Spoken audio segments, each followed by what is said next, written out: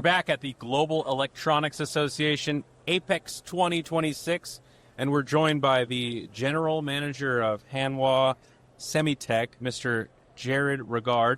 Congratulations on being announced a finalist along with Justin Warden for Best Hair in SMT. Welcome aboard, bud. How are you? Great. How about you guys? They're coming from my throne. Yeah. There's some good competition. There's, only a handful of people with all their hair left, I feel like. So Good point. Give it a few more years and. Well, you can't have it all. You got the great hair. Kudos on that, but you also have Sean Kincaid as a customer, so life has a way of evening things out. Your ups and downs. Yes, exactly, yeah. It's all about balance, right? Sean, I know you're dying to talk about your new line and the speed increase that you've experienced and the flexibility. You privately just brag about my new line all the time with us, so make it public. I guess we'll go there. I mean, I really wasn't planning on it, but sure. It's just like most of our podcasts, right? Like, I guess we're going there. I have all of my employees that we log how many units we moved through the day and how many hours we worked on a job, right? And then I compare that to what I quoted. So if I quoted, 100 SMT hours, I want to see around 100 SMT hours, give or take a little bit for my SMT. And what I've noticed on all my stuff is, on average, it's 53% cost savings on labor time.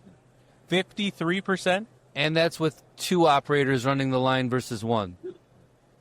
So if I were to take one of them out, and the reason why we have to do 2 now is now I have the BTU chain, right? So somebody's got to be loading and unloading, and they got to watch that, right? So, and then feeders and, and you have the electronic docking stations. I just bought another one of those, and it's helped out with changeover a lot. But yeah, that's. But honestly, I feel like the most underrated thing I bought was the ESE printer. Yeah. I mean, the cleaning cycles, the SPI, and then we had this issue, which like all of a sudden it was like a week of operators were loading the boards in wrong orientation.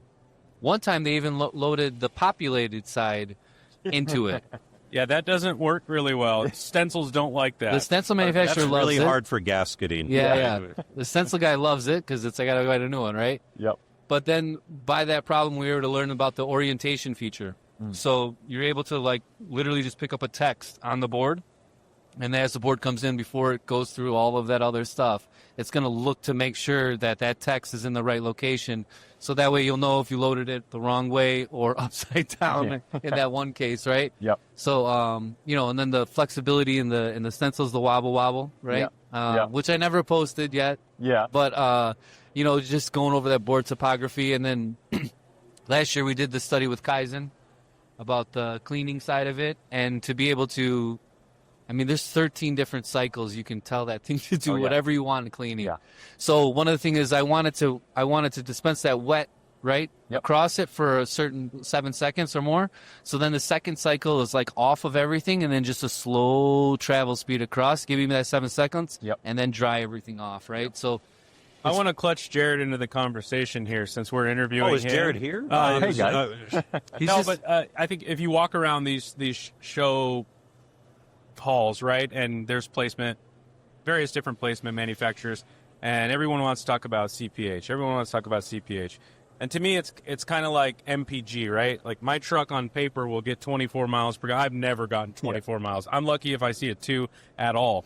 So to hear Sean give a metric of how much his throughput has increased, what is Hanwha doing to provide practical speed, right? Maybe you could say, we're going to get 150 components an hour if they're all, 1 centimeter apart and the same size and so on and so forth. But from a practical application, what makes Hanwha fast? Yeah. The numbers are everyone wants to show a really fast number, but like you said, it's until you get real information on the board, you can't really give any good detail and information. So for our side, it's how much detail can we get from a new customer or existing, right? Can we get the board data? Can we run a simulation? So we'll build all the boards virtually. We'll put them in our offline programming, and we'll do all the research on part numbers, manufacturers, so that we've got as close to accuracy as we can, and we'll ask you questions, whether it's tape and reel or tray.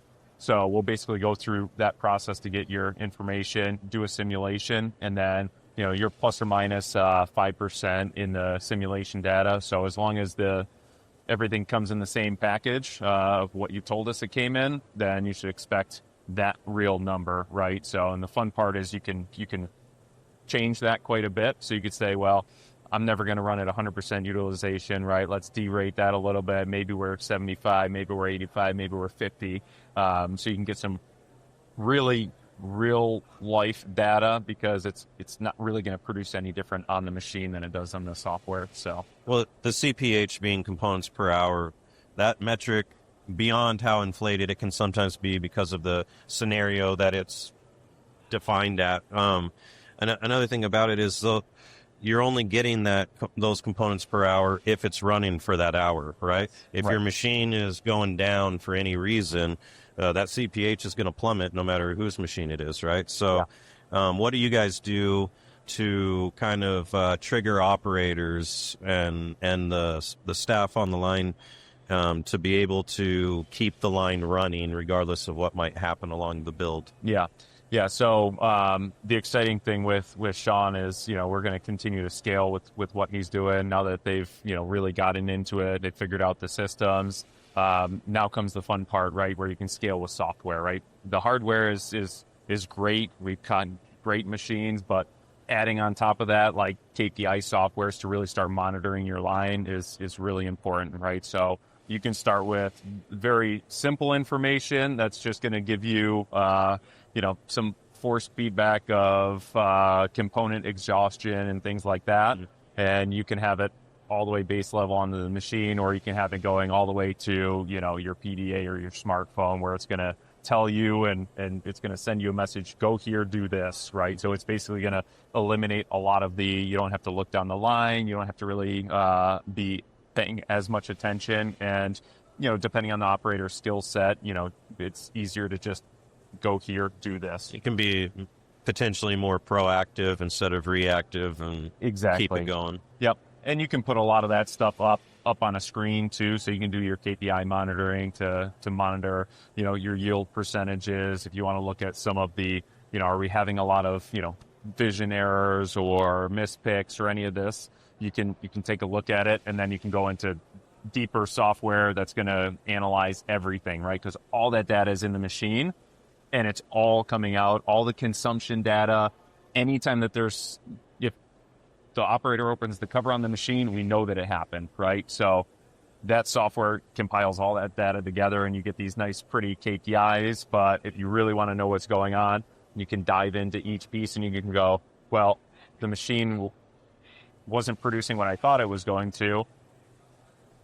Majority of the time, it was material exhaustion, right? We ran out of parts, and we sat there and we were waiting for parts, or there's a board waiting. There wasn't a board being loaded into the machine, or there's a feeder that's run out. Or the cover's been open for, X hours today. So it gives you all that information, and then it points you right in the direction. Instead of having to go through this whole process of, we don't really know where it is, let's go to the machine, let's watch it and study it. It's giving you all that preemptive information so you can make a quicker decision on how to improve your OEE. And know what your OEE is, right?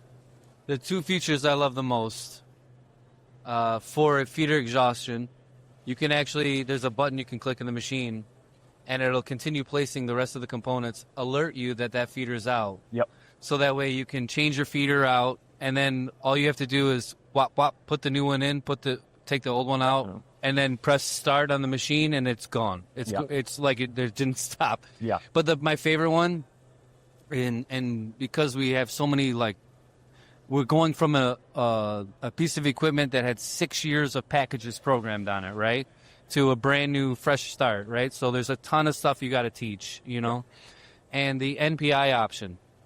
So it'll pick up the component, and if it's a package that is rejected for whatever reason, I can teach it on there, and then once it passes, it'll place that component. There's no spit component. Yeah.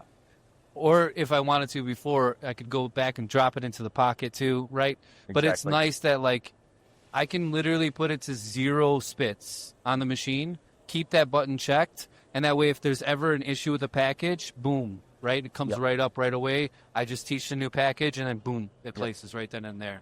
Yeah. Yeah, and it's huge. I mean, the flexibility is really, really quite great on the machines, and there's I could go down a wormhole of other options of, just having limited components, right? Let's build one array out of the whole entire board, so we don't only complete half of each board, right? Maybe we complete 1 or 2 in that array, and they're complete. I can move on with it and actually produce some product out, even though I don't have all of the parts for the whole board. So there's a lot there. Yeah, and kind of grabbing onto that statement about flexibility, it seems like every year at this trade show there's a theme or a couple of reoccurring themes, and I think this year what I'm identifying so far from our interviews is kind of the dichotomy between components that are the size of a fly turd and other components that are the size of the sandwich I just had for lunch, right? Yeah. So what is Hanwha doing to deal with that challenge? Super tiny passives, giant VGA type components, and you need to deal with both of them in the placement platform. Yeah, so I mean there's so many different options that are coming out, whether it's board size, right? People are going to these extremely heavy boards, so we're putting in different belt systems, different rails, all of that to accommodate these huge AI server boards. Whether you're talking about the components on things like AI server boards, right? You got 0201 metrics all the way up to these these new ones that are coming out that are 200 by 200 and up to now they're saying not 300 grams, 500 grams, 600 grams. So we're going to have to start weighing them in pounds pretty soon. Yes, exactly. Yeah. So are you still using vacuum to pick up components that are that big? Both vacuum and mechanical. It just depends on the package. So we've got a 300 gram component at our booth that we're placing with one of the pick and place heads right now. So just a fake one that we created in the COE down the road, so that we could show it today. So 300 gram, picking it up with, it's a vacuum nozzle, not a mechanical gripper on it, but still able to pull the component, place it, so inspect all the, I think the rough estimate of where we're at on ball count is 24,000 balls it'll inspect now. The arrays that it can inspect are not limitless, right? There's some very, very new ones that are coming out that we continue to have to turn some new software patches for, but it just continues to get more complex, and it's just can it detect a bad lead on a 24,000 leaded package? Yeah. Well, you think you don't want to, right? They're like $100,000, right? You go and place 100,000, and you can't. 23,999 isn't good enough. Yeah, yeah, exactly. Yeah, it just doesn't cut it, and you couldn't. Now I think there's some rework stations where they're figuring it out, but especially when they first came out, you couldn't rework. So it was a $100,000 component, and if you placed it, it's done, right? That's it. So I was most surprised when we were at your booth yesterday to see the different, Isaiah was talking to us about the HM a lot, and the varying different types of heads you could put on that thing. Yeah. That was kind of interesting to me.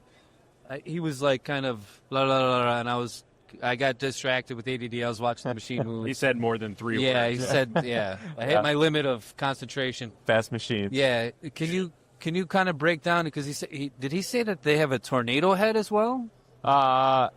Tornado head? That's a turret head? Yeah, turret. Yeah, I thought he said tornado, and I'm like, maybe we should change our marketing. There'll be a tornado head instead of the turret head. That's pretty fast. Yeah.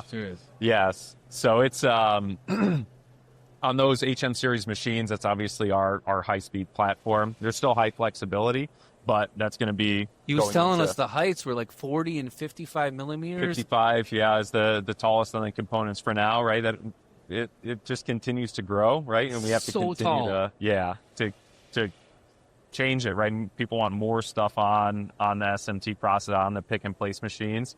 So gonna bump into the oven top part, right? Yeah. It's just people were asking about putting a cobot on top of the placement machine and all of these crazy things to change the process. So it's the 3 different heads on those machines. It's modular, so you can take them off.